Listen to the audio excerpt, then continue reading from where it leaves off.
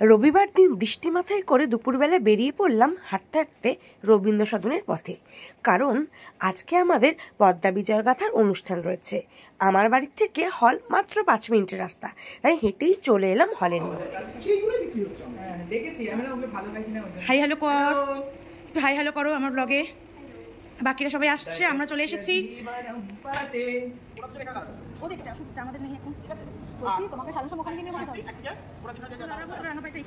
ওকে, হ্যাঁ ঠিক আছে, বোঝা গেছে। হ্যাঁ, সবাই রেডি হচ্ছে, এই তো লাইটিং হচ্ছে।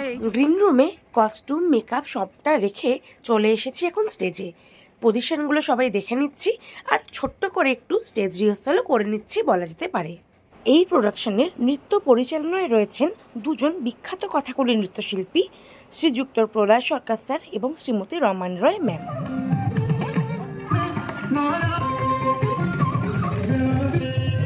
সঙ্গীত পরিচালনা করেছেন শ্রীযুক্ত নীলাঞ্জন ঘোষ এবং স্ক্রিপ্ট লিখেছেন শ্রীযুক্ত দেবপন দাস।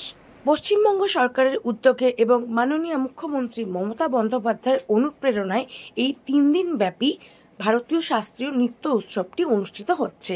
আজ তৃতীয় দিনে শেষ নিবেদন আমাদের পদ্মা বিজয় গাথা, যা বাংলার মনসা মঙ্গল কাব্য কেরালার কথাকলি নৃত্যের আঙ্গিকে উপস্থাপনা করা হবে।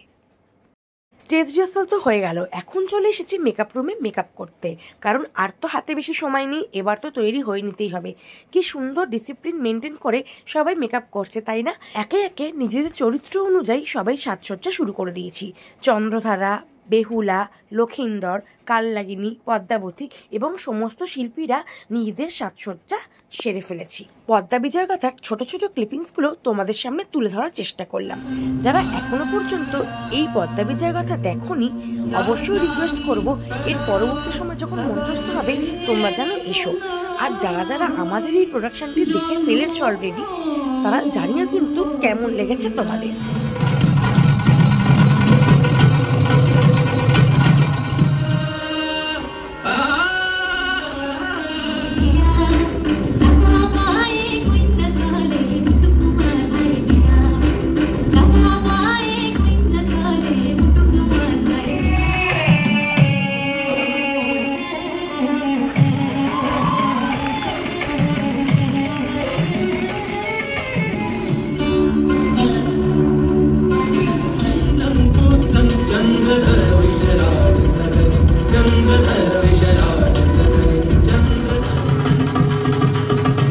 আজকের মতো ব্লগটা এখানেই শেষ করছি।